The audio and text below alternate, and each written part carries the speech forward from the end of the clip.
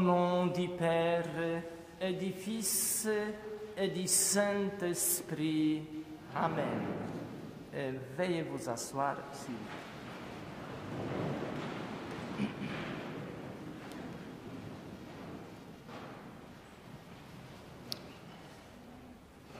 Chers amis, chers frères et sœurs, bonjour à vous toutes et tous. L'Église célèbre cette semaine de l'unité chrétienne depuis 1908. La première célébration s'est faite à Lyon. La raison pour laquelle l'Église nous invite à prier ensemble, c'est que nous sommes tous frères et sœurs.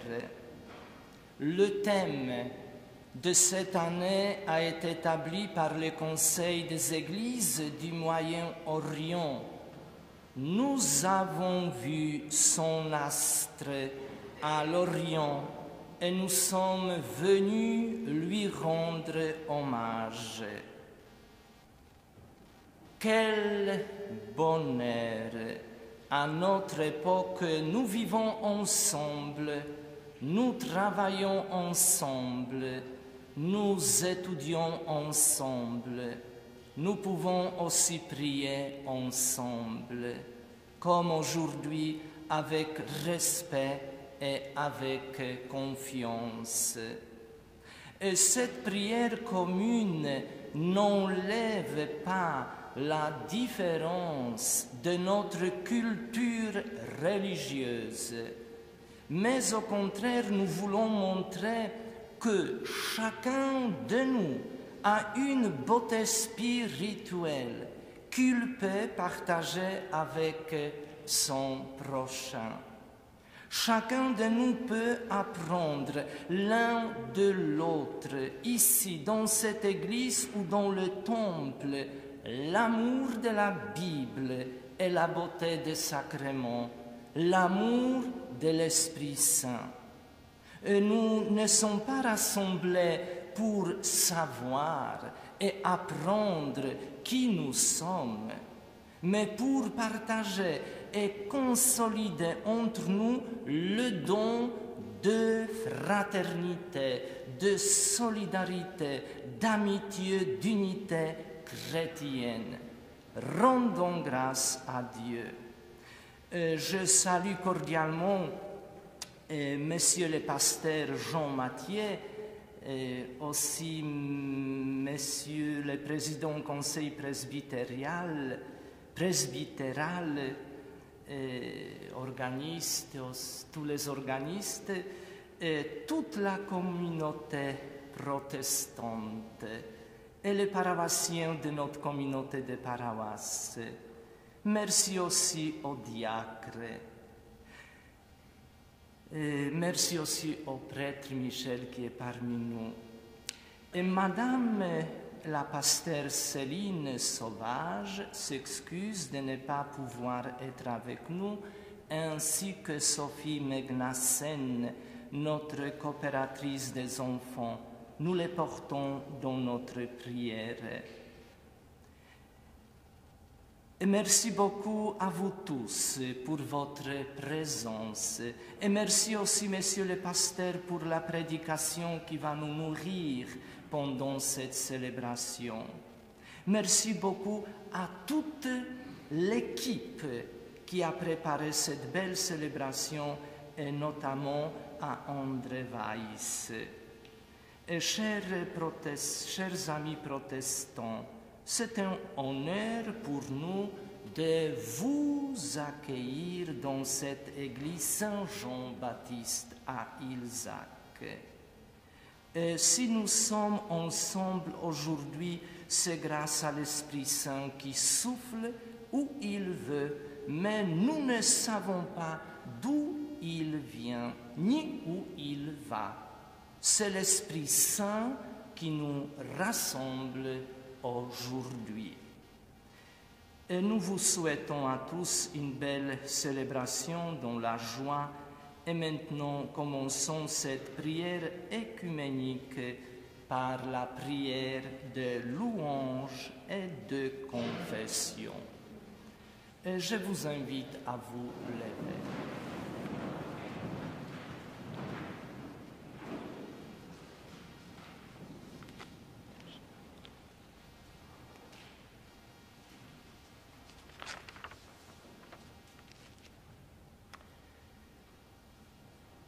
Nous te glorifions, Seigneur, Créateur du ciel et de la terre, car tu as placé les astres sur la voûte du ciel. Tu as séparé la lumière des ténèbres et tu as fixé des signes marquant les temps sacrés, les jours et les ans. Tu as constellé le firmament d'étoiles. Que tes œuvres sont majestueuses, les cieux proclament ta gloire et l'œuvre que tu as créée. Nous te louons, nous t'adorons, nous te rendons grâce. Nous te louons car tu ne nous as pas abandonnés malgré notre désobéissance. Mais tu as envoyé ton Fils pour éclairer nos ténèbres et être notre lumière et notre salut. En lui était la vie, et cette vie était la lumière pour toute l'humanité, et la lumière brille dans l'obscurité. Seigneur, nous te louons, nous t'adorons, nous te rendons grâce. Nous t'adorons, ô Seigneur, car tu nous accompagnes dans le tumulte de notre vie par la puissance de ton Esprit Saint. Tu éclaires nos pas et nous donnes la sagesse et la foi dans un monde de mensonges et de doutes. Seigneur, nous te louons, nous t'adorons, nous te rendons grâce. Nous te rendons grâce, Seigneur, de nous avoir envoyés dans le monde pour refléter cette lumière autour de nous, dans nos diverses églises et cultures, et pour témoigner de Jésus, seul vrai roi, en nous offrant à lui. Seigneur, nous te louons, nous te rendons grâce. Que tous les peuples se prosternent devant toi et t'adorent. Et nous avons souvent préféré l'obscurité, mais tu nous as donné la lumière. C'est pourquoi nous venons à toi pour avouer nos péchés en disant: Seigneur, nous te louons, nous t'adorons, nous te rendons grâce. Le Dieu Tout-Puissant entend nos prières, nous offre sa miséricorde et nous pardonne nos péchés. Gloire à Dieu que nous louons d'une seule voix. On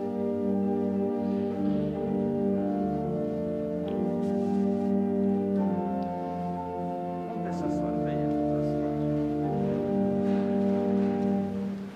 viens l'Esprit de sainteté, viens l'Esprit de lumière, viens l'Esprit de feu, viens nous embraser.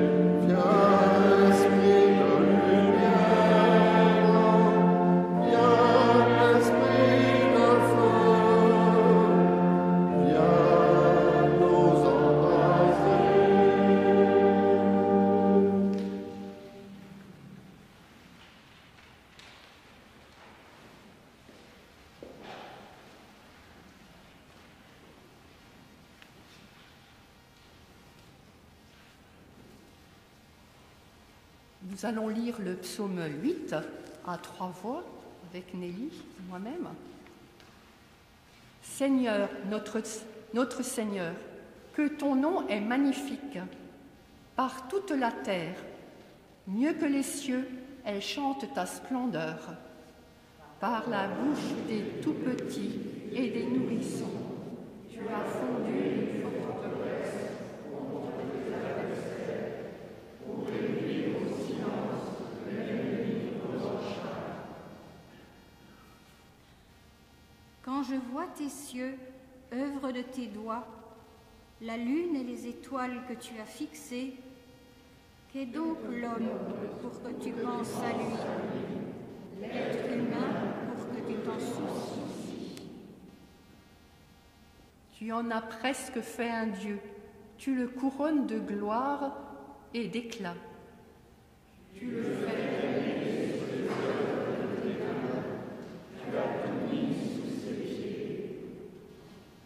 Tout bétail, gros ou petit, et même les bêtes sauvages, les oiseaux du ciel, les poissons de la mer, tout ce qui court les sentiers des mers. Seigneur, notre Seigneur, que ton nom est magnifique par toute la terre.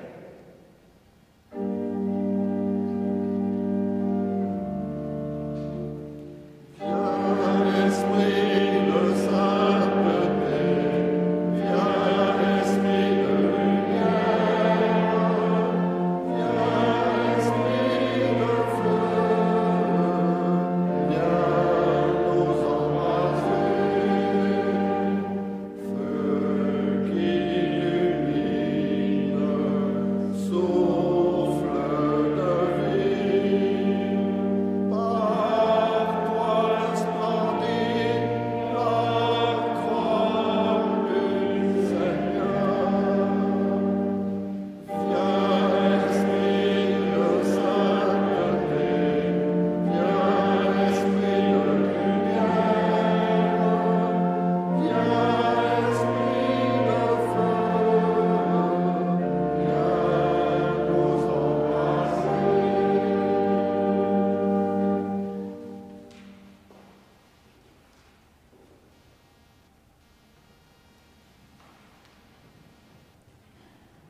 La première lecture nous vient du livre d'Ésaïe, chapitre 9, versets 2 à 7. Le peuple qui marchait dans les ténèbres a vu se lever une grande lumière. Et sur les habitants du pays de l'ombre, une lumière a resplendi. Tu as prodigué la joie, tu as fait grandir l'allégresse, ils se réjouissent devant toi. Comme on se réjouit dans la moisson, comme on exulte au partage du butin, car le joug qui pesait sur lui, la barre qui meurtrissait son épaule, le bâton du tyran, tu les as brisés comme au jour de Madian. Et les bottes qui frappaient le sol, et les manteaux ouverts de sang, les voilà tous brûlés, le feu les a dévorés. Oui, un enfant nous est né, un fils nous a été donné. Sur son épaule est le signe du pouvoir, son nom est proclamé. Conseiller merveilleux, Dieu fort, Père à jamais, Prince de paix, et le pouvoir s'étendra, et la paix sera sans fin pour le trône de David et pour son règne, qu'il a établi, qu'il a affermi sur le droit de la justice dès maintenant et pour toujours. Il fera cela, l'amour jaloux du Seigneur de l'univers. Parole du Seigneur.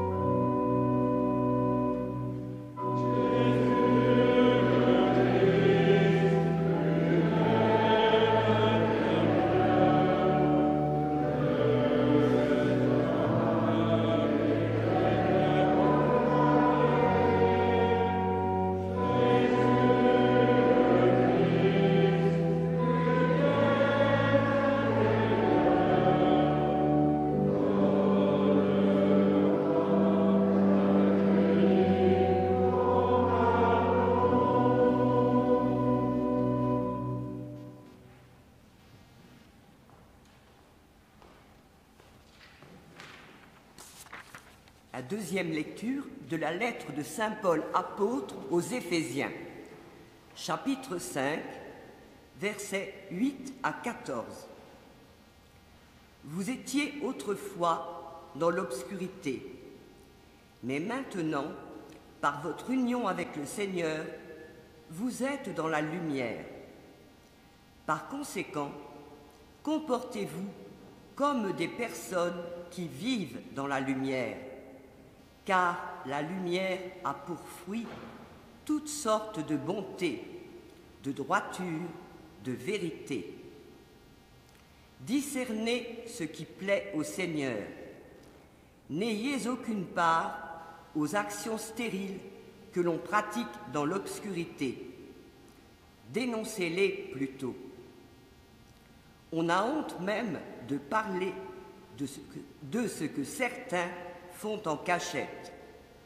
Or, tout ce qui est dévoilé est mis en pleine lumière.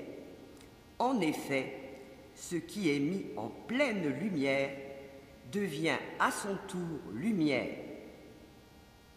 C'est pourquoi il est dit « Réveille-toi, toi qui dors. Réveille-toi, relève-toi d'entre les morts, et le Christ t'illuminera. » Parole du Seigneur.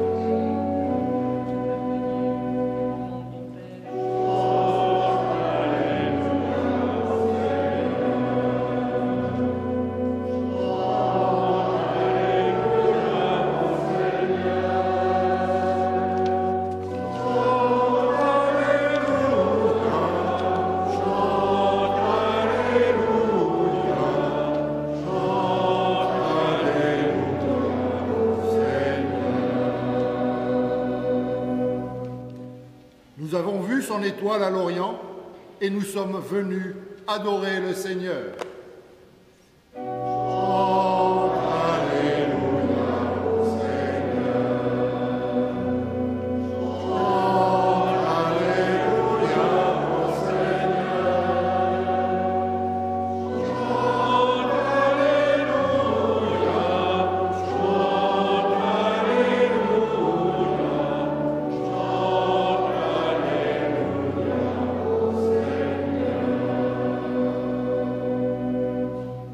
Le Seigneur soit avec vous.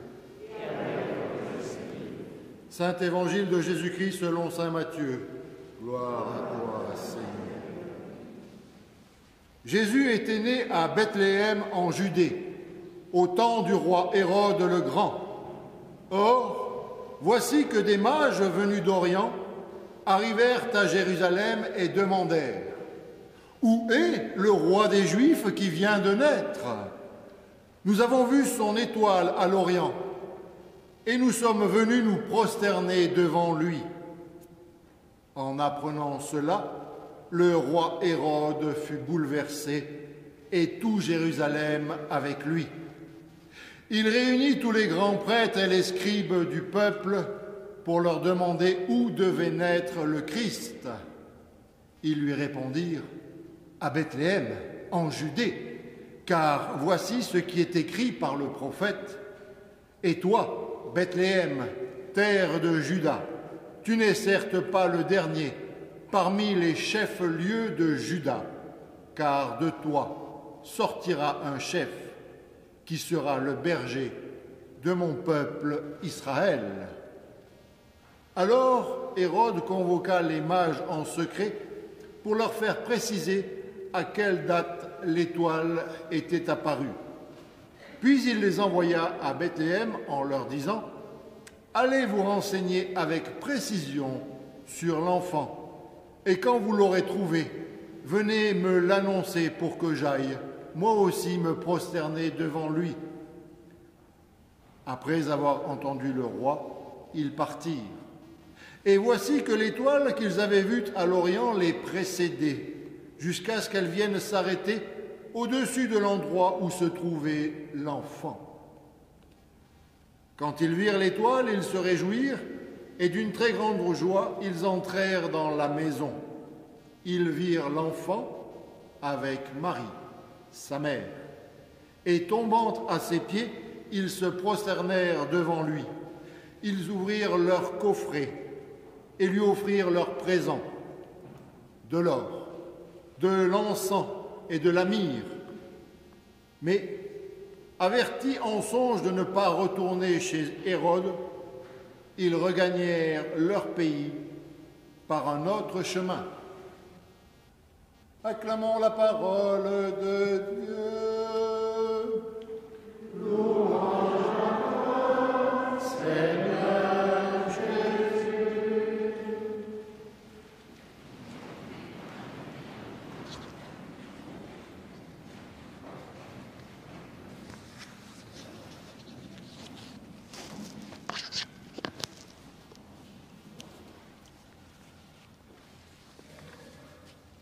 Nous venons d'entendre une très belle histoire, celle de la venue des mages à Bethléem. Une histoire magnifique, tout le monde semble vouloir participer à la fête. Et si j'avais eu le temps, j'aurais arrêté Yves dans sa lecture avant le dernier verset. S'il n'y avait pas le dernier verset, l'histoire aurait été complètement magnifique. Même Hérode avait l'air sincère lorsqu'il demande d'aller vous renseigner sur l'enfant pour que moi aussi j'aille lui rendre hommage. Je ne sais pas vous, mais moi naturellement je fais confiance aux personnes. J'aurais eu envie de faire confiance à Hérode.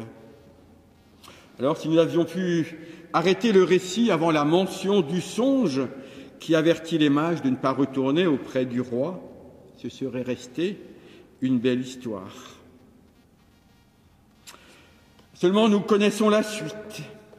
Le massacre des innocents, la fuite en Égypte de la famille de Jésus, qui vont introduire dans la belle histoire le drame, qui est celui de toute l'humanité, capable de faire du meilleur, la rencontre entre les peuples, entre les communautés, comme ce matin nous vivons le meilleur de l'humanité, je crois. Les cadeaux, la réjouissance pour la naissance d'un enfant, l'avenir qui s'ouvre à ce moment-là, l'espérance malgré le dénuement de la crèche. Oui, tout cela, c'est le meilleur, mais il y a aussi le pire, l'innocence condamnée, la persécution, la contrainte de l'exil pour survivre. Ces drames constituent toujours le quotidien de bon nombre d'êtres humains. Et puisque ce matin, les textes qui constituent notre célébration ont été préparés par les églises du Moyen-Orient, cette terre qui fut celle de ces événements bibliques, nous avons une pensée particulière pour eux, des terres qui aujourd'hui vivent toujours ces mêmes drames qu'à l'époque. Alors, je me suis un tout petit peu avancé néanmoins lorsque je dis que sans la dernière phrase, tout aurait été parfait. Parce que le drame, en fait, était discrètement suggéré dans les premières lignes du texte, par un tout petit mot. En effet, lorsque les mages arrivent chez Hérode et lui annoncent la naissance du roi des Juifs, il est dit que Hérode fut troublé. Nous pouvons supposer la cause de son trouble. Comment cela? Un roi des Juifs est né. Roi des Juifs, c'était le titre qui lui appartenait. C'était le titre qui avait été attribué en effet à Hérode le Grand par le Sénat de Rome en 40 avant notre ère. Et voici que l'on venait lui annoncer la naissance d'un autre roi des Juifs. Un peu comme si vous rentriez chez vous tout à l'heure et que vous découvriez que quelqu'un d'autre s'était installé dans votre maison. Je crois que vous seriez, vous aussi, pour le moins troublé. Troublé. Ce mot n'est pas anodin et j'aimerais m'arrêter principalement autour de ce mot. C'est un mot qui est assez rare dans le Nouveau Testament, et il est intéressant de noter à quelles autres occasions il est cité. Qui d'autre fut troublé? Je peux vous le faire en quiz. Est-ce que vous connaissez, enfin vous les connaissez, je le sais, d'autres personnes dans la Bible qui ont été troublées? Je suis dans une église catholique. Alors vous n'allez pas me le faire. Ah ben voilà, oui, alors voilà. Et il y a effectivement Marie. Alors avant Marie, il y avait Zacharie déjà.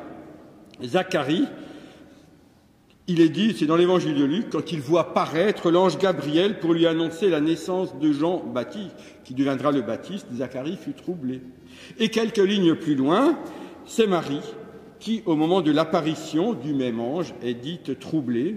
Je vous rappelle le texte, mais je ne sais pas si j'ai besoin ici, en cette église. L'ange entra chez elle et dit « Je te salue, toi à qui une grâce a été faite, le Seigneur est avec toi. » Troublée par cette parole, Marie se demandait ce que pouvait signifier une telle salutation.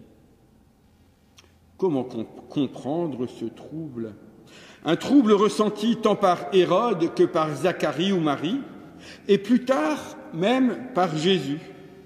6 jours avant Pâques, en effet, au moment où il prenait conscience de ce qu'il attendait et qu'il l'annonçait à ses disciples, il dira « À présent », c'est dans l'évangile de Jean, « À présent, je suis troublé. Que dirais-je? Père, me sauveras-tu de cette heure? Mais c'est pour l'affronter que je suis venu jusqu'à cette heure, pour affronter ce trouble ou ses conséquences. Le trouble peut être assimilé peut-être à ce que nous nommerions aujourd'hui l'angoisse, un sentiment de mal-être diffus, d'intranquillité. Il est à distinguer de la peur, qui elle a un objet clair et identifié. L'angoisse, elle, est liée à l'incertitude, à la prise de conscience de notre fragilité, de nos limites. C'est un sentiment que nous n'avons pu connaître collectivement depuis 1 an et demi avec cet ennemi invisible que nous avons à affronter, qui n'a pas de visage, qui emploie des règles que nous ne maîtrisons pas tout à fait.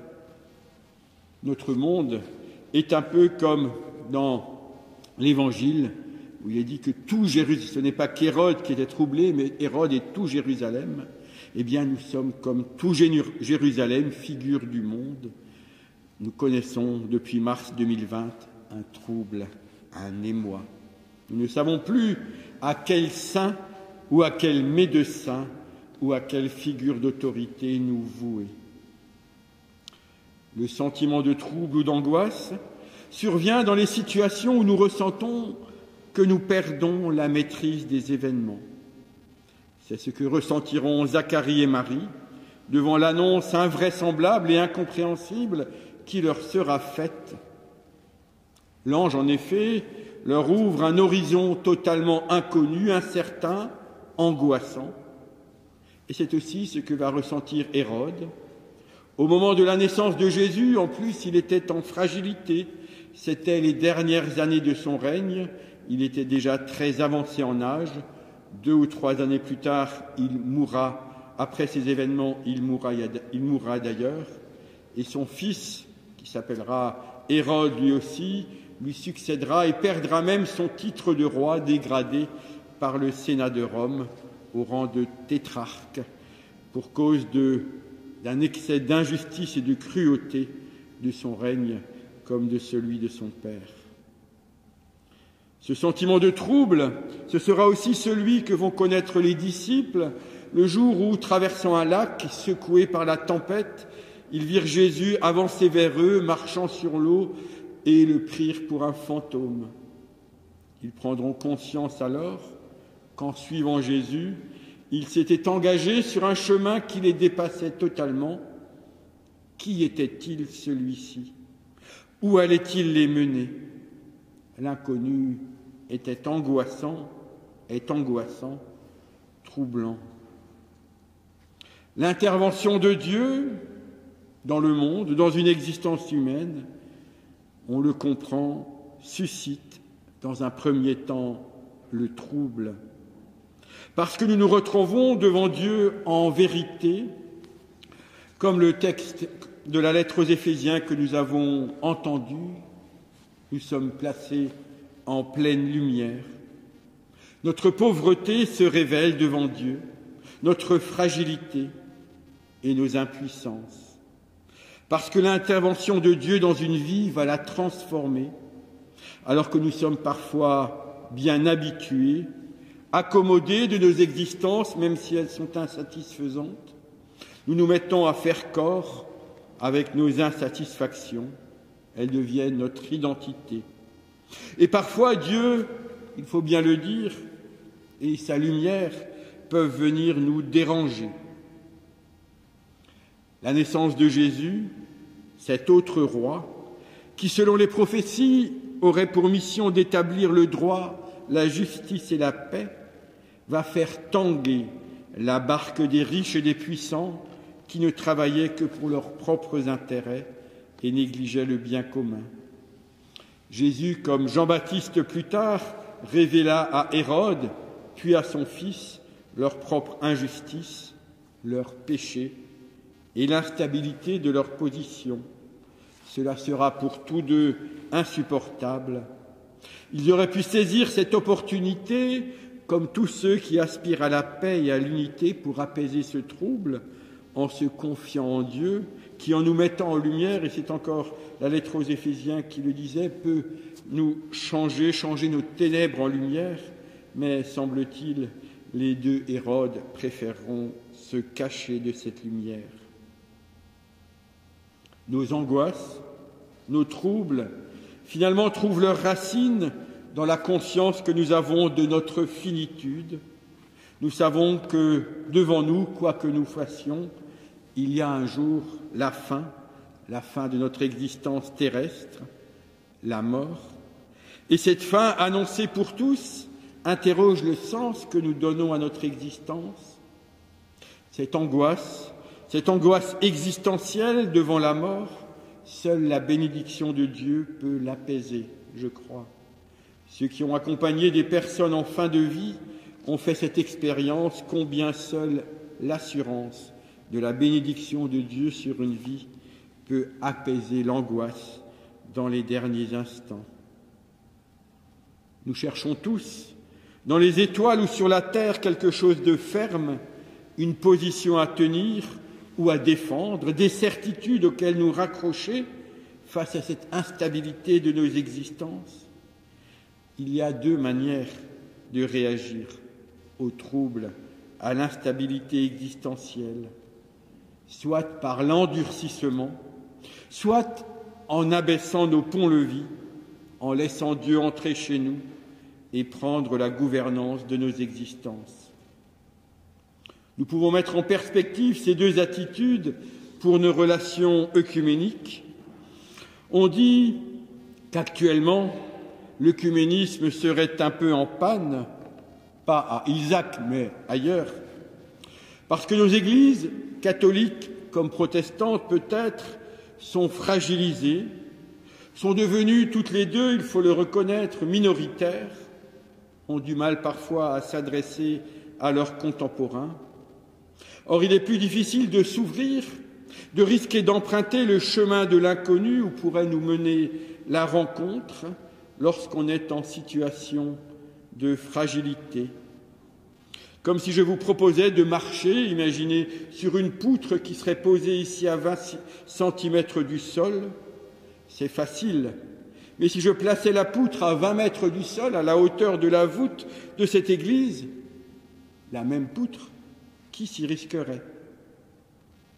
Parfois, nous pouvons avoir l'impression que trop nous rapprocher entre protestants et catholiques, ce serait comme monter sur une poutre placée trop haut, risquer de chuter, de perdre notre identité. Pourtant, souvenons-nous de Jésus, placé par le diable sur le faîte du temple, il ne craindra pas de chuter, car il lui était promis que les anges le rattraperaient. Mais ce n'est pas pour autant qu'il tentera Dieu en sautant non plus. Longtemps, entre protestants et catholiques, nous nous sommes anathémisés mutuellement, de part et d'autre. Nous nous sommes considérés mutuellement comme hérétiques. Or, qu'est-ce qu'un hérétique? Selon l'étymologie, c'est celui qui choisit par lui-même d'emprunter sa propre voie, qui tient sa position par posture idéologique, qui monte sur la poutre, mais seulement à condition d'avoir un harnais, un filet de sécurité dressé en dessous, toutes les sécurités possibles, qui refuse tout risque de s'abandonner à la grâce de Dieu. Il s'accroche à ce qu'il croit être des étoiles, mais qui ne sont que des idoles, qu'il s'appelle dogmes, rites, traditions ou identités. Non pas qu'il faille les supprimer, non pas que l'unité n'est pas l'unanimité ou l'uniformité. Et le père Damien l'a dit au début, il ne s'agit pas d'abandonner ce qui fait nos cultures d'Église. L'unité, ce n'est pas cela, c'est un sentiment, ce sentiment de fraternité qui nous réunit, l'interdit de nous anathémiser, de considérer l'autre comme dans l'erreur, de pouvoir vivre chacun avec nos traditions qui colorent nos existences, mais de considérer aussi, de savoir que ces traditions ne sont pas la fin de tout, ne sont pas Dieu lui-même, ce sont des béquilles qui nous aident à marcher. Nous ne devons pas les confondre avec l'étoile qu'ont suivi les mages. Cette étoile les a emmenés sur un chemin inconnu et inattendu. J'ai parcouru la liste des thématiques qui ont été celles des journées œcuméniques. Père Damien a dit que depuis 1908, nous nous réunissions, en tout cas des églises chrétiennes en France se réunissent. Dans le document qui nous a été fourni, il y avait les thématiques qui ont été celles de ces journées depuis 1968. Et j'ai été impressionné en les parcourant par tout ce que nous partageons comme richesse commune, par tout ce qui peut nous rassembler. Je vous en cite quelques-uns de ces thèmes qui nous ont rassemblés, appelés la liberté. En 1960, ça c'était en 1969. En 1973, Seigneur, apprends-nous à prier. L'année d'après, que tous confessent et Jésus-Christ est Seigneur. En 1978, vous n'êtes plus des étrangers. 1984, appelés à l'unité par la croix de notre Seigneur. 1988, l'amour de Dieu bannit la crainte. 97, au nom du Christ, laissez-vous réconcilier avec Dieu. 2011, unis dans l'enseignement des apôtres, la communion fraternelle, la fraction du pain et la prière. 2019, tu rechercheras la justice, rien que la justice. L'an passé, demeurez dans mon amour et vous porterez du fruit en abondance. Toutes ces thématiques-là nous rassemblent. Ils sont, et bien plus encore. Que pourrions-nous perdre dans l'unité? Que pourrions-nous perdre en nous rapprochant, en mettant en commun nos traditions? Je reprends ici une réflexion que j'avais évoquée au Temple la semaine passée, en la déclinant à la circonstance d'aujourd'hui. Je me dis, et nous le savons, les mages, ils n'étaient pas catholiques, les mages n'étaient pas protestants, les mages n'étaient même pas chrétiens. Et je repense à Desmond Tutu, archevêque anglican du Cap, qui disait en 2006, évoquant sa relation avec le Dalai Lama, « Je remercie profondément Dieu d'avoir créé le Dalai Lama. Pensez-vous sérieusement, comme certains le disent, que Dieu se dirait, ce gars, le Dalai Lama, il est pas mal. Dommage qu'il ne soit pas chrétien. » Eh bien, je ne crois pas que ce soit le cas. C'est Desmond Tutu qui parle toujours, parce que vous savez, Dieu n'est pas chrétien. Devant les défis du monde, je crois que tout ce qui nous sépare entre chrétiens relève du péché. Si nous n'arrivons pas à vivre dans l'unité, et je le redis, ce n'est pas l'uniformité, c'est à cause de notre péché, de notre manque de foi. c'est-à-dire de confiance dans l'étoile qui a conduit les mages. C'est l'Hérode en nous qui fait que nous réagissons au trouble en nous raidissant au lieu de nous abandonner à la confiance en Dieu. Notre vocation de chrétien est de surmonter nos troubles par la foi en celui qui se présente à nous, aux anges qui se présentent à nous, comme il s'est présenté à Zacharie, à Marie, à Hérode, et de répondre comme Marie, je suis le serviteur ou la servante du Seigneur, que ta parole s'accomplisse pour moi, et non pas comme Hérode, par la suspicion, le raidissement, le repli sur ses propres forces. Lorsque nous sommes rendus capables de surmonter les troubles de nos angoisses, alors nous devenons un peu comme les Magellans, comme des Magellans pour le monde. J'évoque Magellan parce que cette semaine, j'ai lu un récit de son voyage autour du monde, qui fut le premier tour du monde. Et j'ai été impressionné par ce récit, parce qu'on ressentait chez cet homme et ses compagnons cette force qui est celle de tous les grands explorateurs et qui ouvre le monde et qui peut être une image pour nous, qui est un peu aussi l'image de cette route qu'ont emprunté les mages. Et je vous raconte en extrait ce voyage de Magellan. C'était le 20 septembre 1519 qu'il prit la mer avec 5 navires et 237 hommes depuis la ville de Séville en Andalousie. Il partait chercher une route par le sud du continent américain pour atteindre l'Indonésie. Il s'engageait sur l'immensité marine totalement encore inconnue. Au bout de 2 ans, ils finirent par accéder à l'océan Pacifique en contournant le continent américain. Et le 8 septembre 1522, presque 3 ans exactement après leur départ, un seul navire sur les 5, avec à son bord 18 rescapés sur les 237, abordèrent les côtes de Séville. Ils avaient accompli le premier tour du monde, et Magellan ne fut pas de ces 18 hommes. Les chrétiens sont appelés à être un peu comme des Magellans, des explorateurs et des inventeurs du monde à venir. Ils ont pour mission d'ouvrir le monde pour y réaliser cette unité, cette fraternité entre tous les êtres humains. C'est cela que Dieu désire. De donner aussi à voir l'étoile aux dirigeants des nations. Et j'évoquerai une dernière figure illustre qui pourrait nous donner à penser. Il s'agit de Michel de Montaigne, l'auteur des Essais. Le célèbre philosophe et écrivain s'était retiré dans son château du Périgord à l'âge de 35 ans. Il avait choisi d'être reclus pour se consacrer à une vie d'écriture et de méditation. Il s'était renfermé dans une vieille tour de son château, sa tour d'ivoire, et personne ne pouvait y accéder. C'est là qu'il rédigera durant 20 années notamment ses essais. Il ne quittait sa tour que très rarement. Il le fera à une occasion, c'était en 1581, lorsqu'il sera sollicité par les magistrats de la ville de Bordeaux et par le roi de France Henri III pour exercer la charge de maire de la ville de Bordeaux.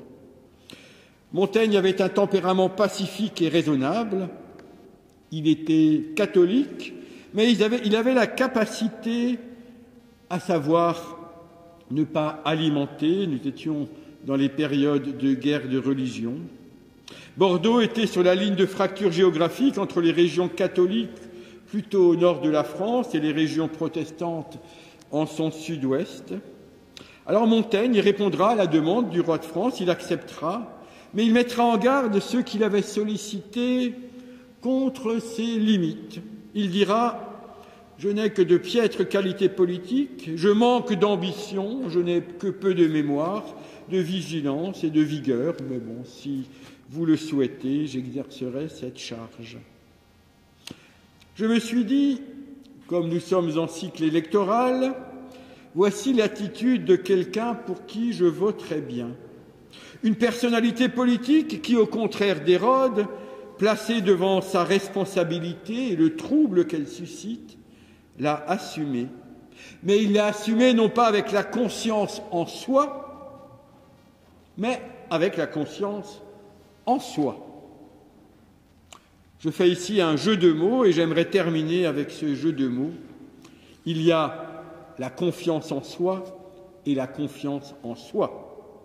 La confiance en soi, c'est la confiance en soi-même, on pourrait dire l'ego, et il y a la confiance en soi, dans l'existence, dans le monde, qui ne repose sur aucun artifice fait de main d'homme. La foi procure non pas la confiance en soi, mais la confiance en soi, on pourrait dire ouverte. Non pas la confiance en soi-même, en ses propres forces, son intelligence, sa sagesse, ses certitudes, mais la confiance en soi, une confiance dans l'existence qui vit sous la bénédiction de Dieu. Hérode, troublé, s'était replié sur la confiance en lui-même, sa propre force, son intelligence, sa richesse, sa sagesse, sa force, ou celle de ses conseillers, ses certitudes, ses peurs.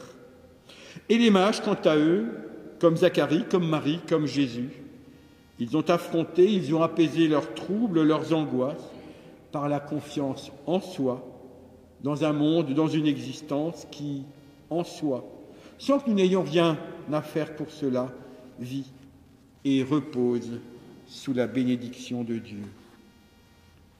Amen.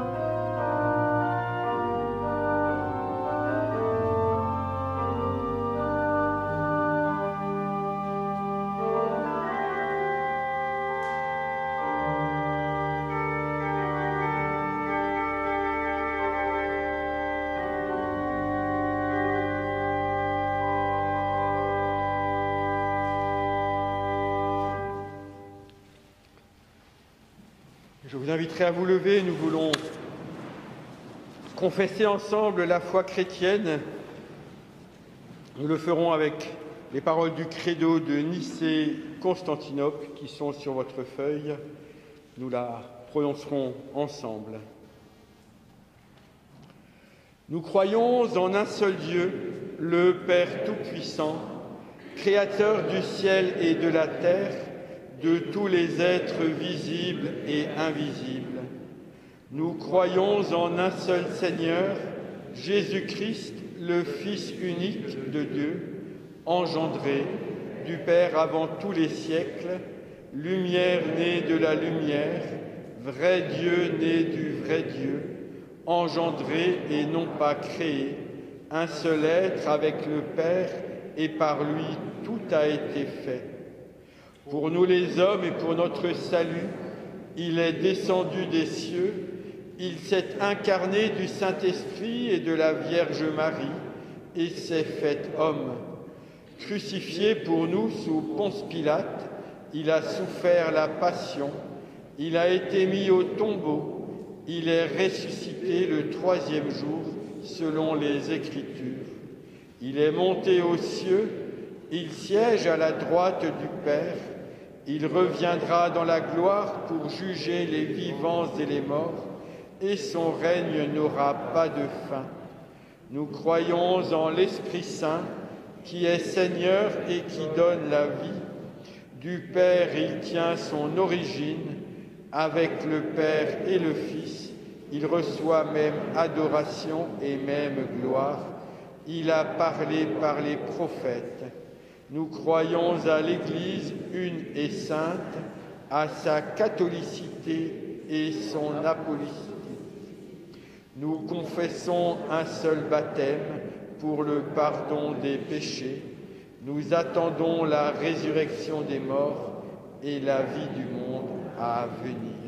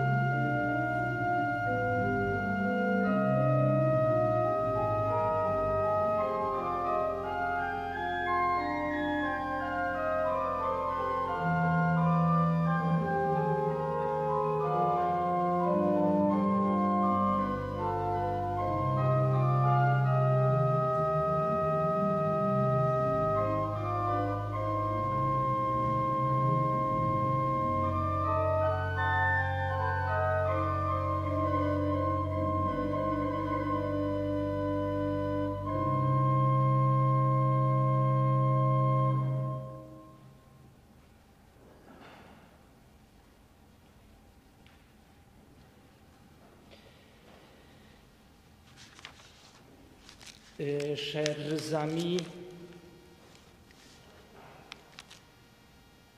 nous sommes tous les mages et nous suivons l'étoile, mais cette étoile, nous avons dans notre cœur. Cette étoile, c'est Jésus-Christ. Il y a la très belle prophétie dans la Torah, la Bible, le livre des Nombres. Je vois ce qui se produira, mais ce n'est pas pour aujourd'hui. Je discerne un événement, mais il se produira plus tard. Un astre, une étoile, apparaît parmi les descendants de Jacob. Livre des Nombres, chapitre 24, verset 17. Chers amis, cette prophétie a été proclamée au 5e siècle avant Jésus-Christ. Aujourd'hui, cette étoile est un astre, c'est Jésus-Christ. Et chers amis, c'est lui, l'Esprit Saint, qui nous rassemble. Et nous sommes tous les rois mages. Nous cherchons, nous avons Jésus-Christ dans nos cœurs. Et je vous invite maintenant à déposer une étoile que vous avez reçue au début de cette célébration. Et pour respecter les conditions sanitaires, j'invite d'abord les personnes qui sont au fond de l'église. Vous pouvez déposer les étoiles au pied de l'autel. N'oublions pas, une étoile dans la Bible, c'est Jésus-Christ. La Bible se termine avec cette phrase, l'Apocalypse, chers amis. Jésus-Christ est une étoile brillante du matin. Je vous invite, toutes les personnes d'abord qui sont au fond de l'église, et vous retournez de deux côtés, en respectant les conditions sanitaires. D'abord les personnes au fond de l'église.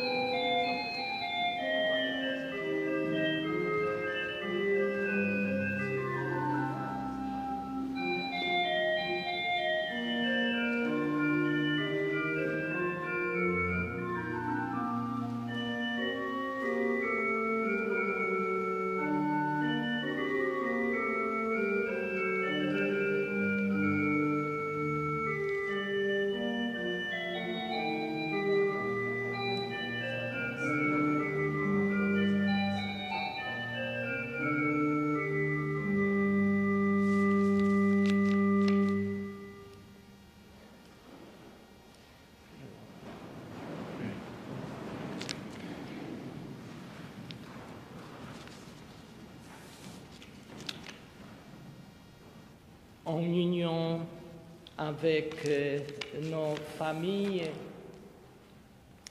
avec nos enfants, avec toutes les personnes qui ne peuvent pas participer à cette célébration, et en union avec nos frères protestants, frères et sœurs protestants, et aussi avec toutes les personnes qui travaillent en ce dimanche. Adressons encore notre prière à Jésus-Christ